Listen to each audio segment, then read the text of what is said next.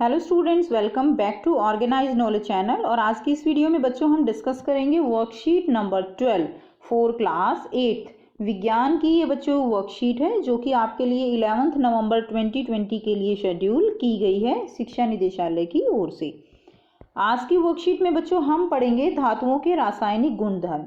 हमने last worksheet में भौतिक गुणों के बारे में पढ़ा कि अधात्वर्धता क्या होती है, तन्यता क्या है, ध्वनि किसे कहते हैं। अब हम जानेंगे धातुओं के रासायनिक गुणों के बारे में।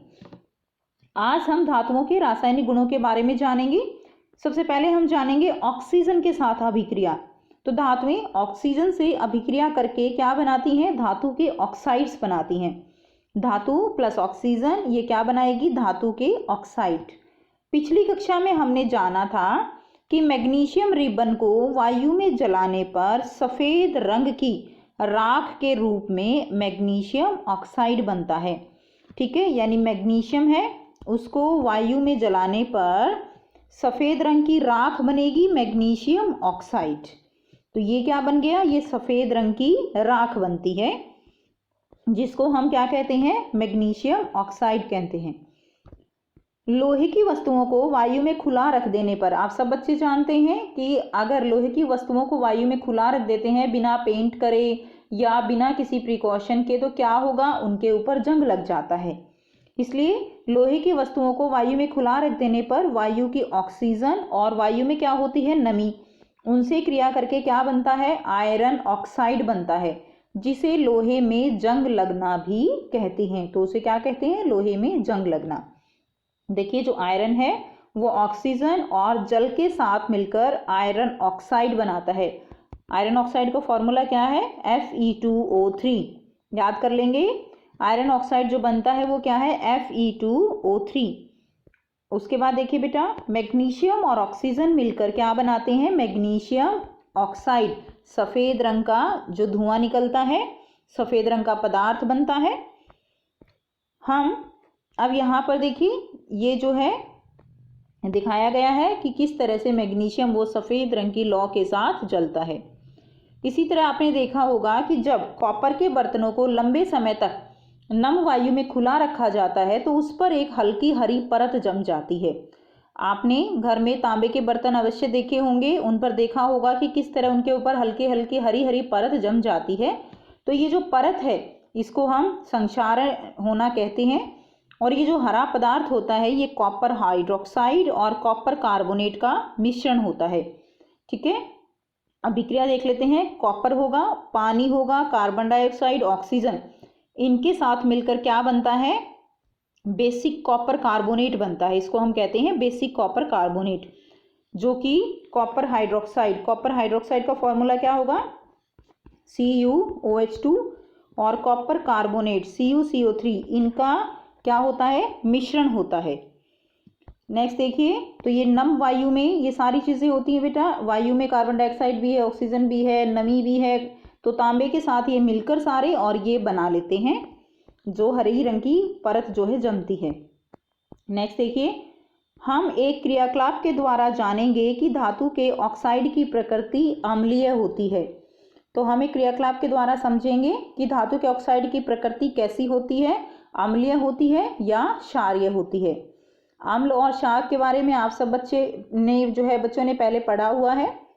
हमें क्या क्या चाहिए इस क्रियाकलाप को करने के लिए? लोहे की जंग चाहिए। तो जंग जो लग जाती है लोहे पे, उसको हम इकट्ठा कर लेंगे।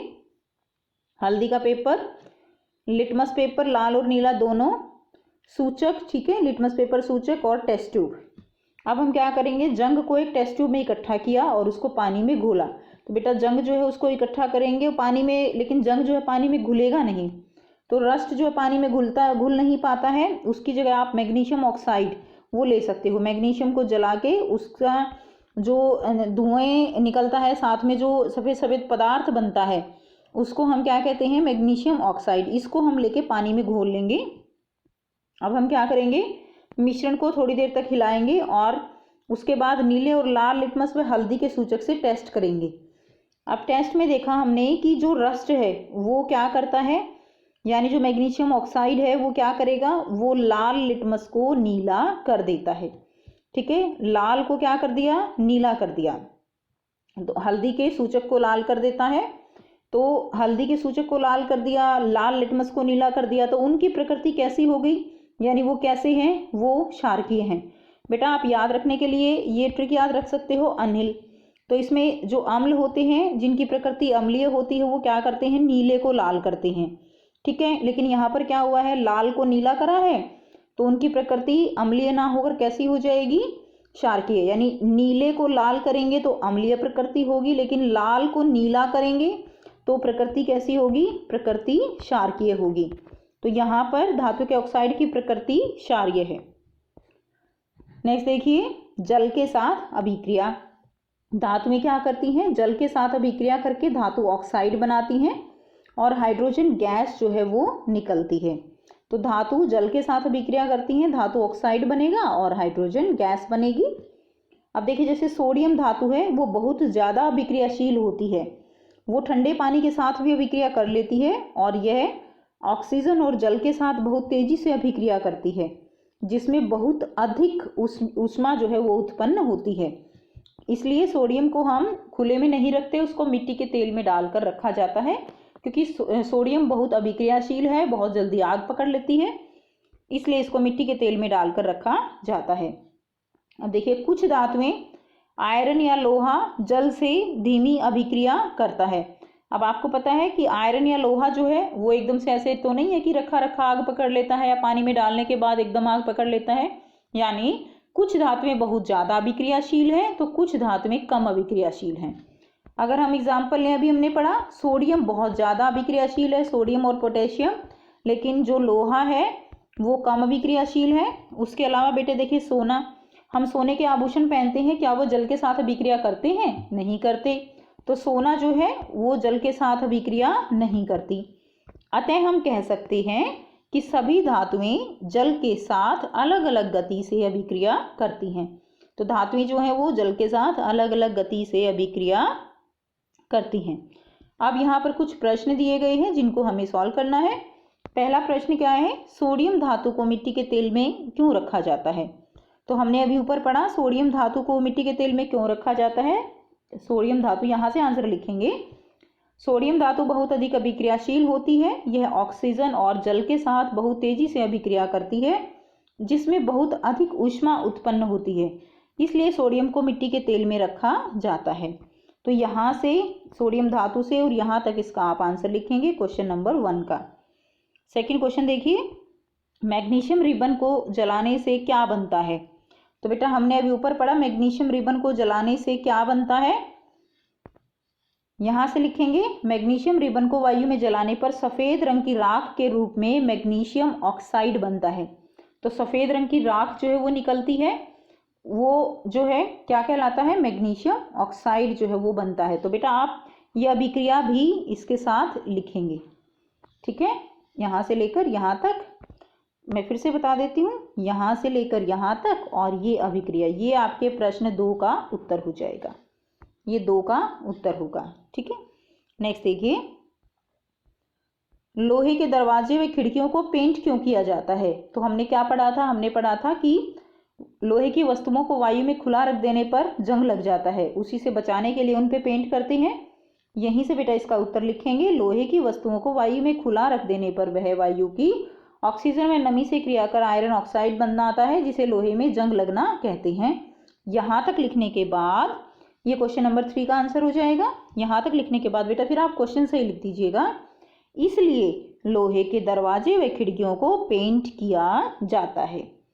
समझ आ गई बेटा। देखो प्रश्न 3 यही है ना, तो यहाँ से हम यहाँ से लिखेंगे लोहे की वस्तुओं को यहाँ से लिखकर और यहाँ से यहाँ तक लिख देंगे। आप चाहें तो आप अभिक्रिया भी लिख दें, ठीक है।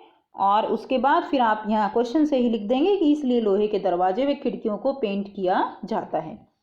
नेक्स्ट देखिए, धातु के ऑक्साइड की प्रकृति कैसी होती है। तो धातु के ऑक्साइड की प्रकृति कैसी होती है, तो यहाँ से लिख दीजिए बेटा, धातु के ऑक्साइड क्षारीय होते हैं। ये रहा, धातु के ऑक्साइड कैसे होते हैं, धातु के ऑक्साइड क्षारीय होते हैं। तो ये आप इसका आंसर लिखेंगे। तो ये थी बच्चों आपकी आज की वर्कशीट, जिसमें हमने रासायनिक गुणधर्मों के बारे में पढ़ा कि जो धातुएं हैं वो किस तरह से ऑक्सीजन और जल के साथ, जल का फॉर्मूला क्या होता है H2O, किस तरह से वो ऑक्सीजन और जल के साथ अभिक्रिया करती हैं। सो आई होप बेटा आपको सारे क्वेश्चंस क्लियर हैं, टॉपिक क्लियर है। कोई भी प्रॉब्लम है आप कमेंट करके पूछ सकते हो। वीडियो अच्छी लगी तो लाइक शेयर जरूर कर दीजिए, चैनल को सब्सक्राइब कर लीजिए and thanks for watching. Have a nice day.